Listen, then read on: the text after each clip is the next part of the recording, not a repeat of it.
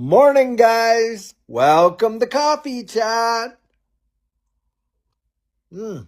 hmm Absolutely delicious. I'll tell you what, and probably about my third or fourth sip into it, but I'll tell you guys, Friday mornings are just one of those things. You remember the song "Everybody's Working for the Weekend"?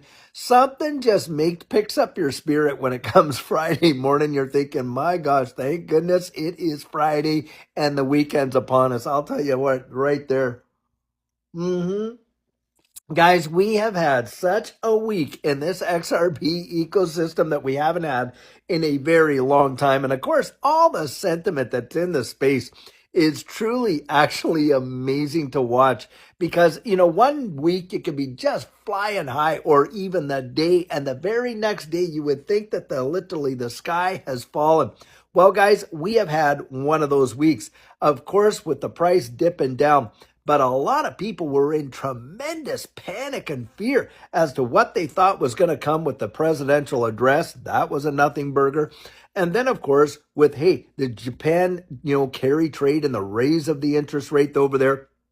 And a lot of people fearing that it was going to be really significant, like 50 to 75, maybe even 100 basis points raise.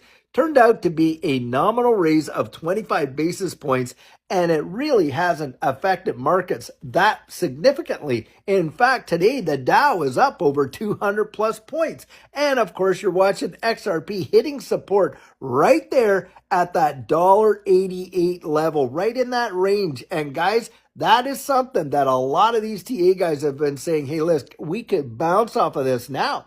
If we do break that C wave that they talk about when they talk about their Elliott wave theory, and I'm reading a few articles, one particular, analyst out there, the guy is saying, if this thing pops down and we actually see a shakeout, like a lot of people, the panic that would ensue, he's talking about how that turnaround is going to be monumental and you're going to see brand new all-time highs for XRP and in short order. How about that right there? I'll tell you what.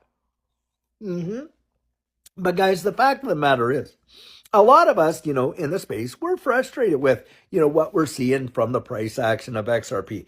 And, we expected to see really a lot more out of it this cycle than what we've experienced thus far. But the thing is this, I don't think it's over, guys. I don't think it's over. I do think we're going to see more price action.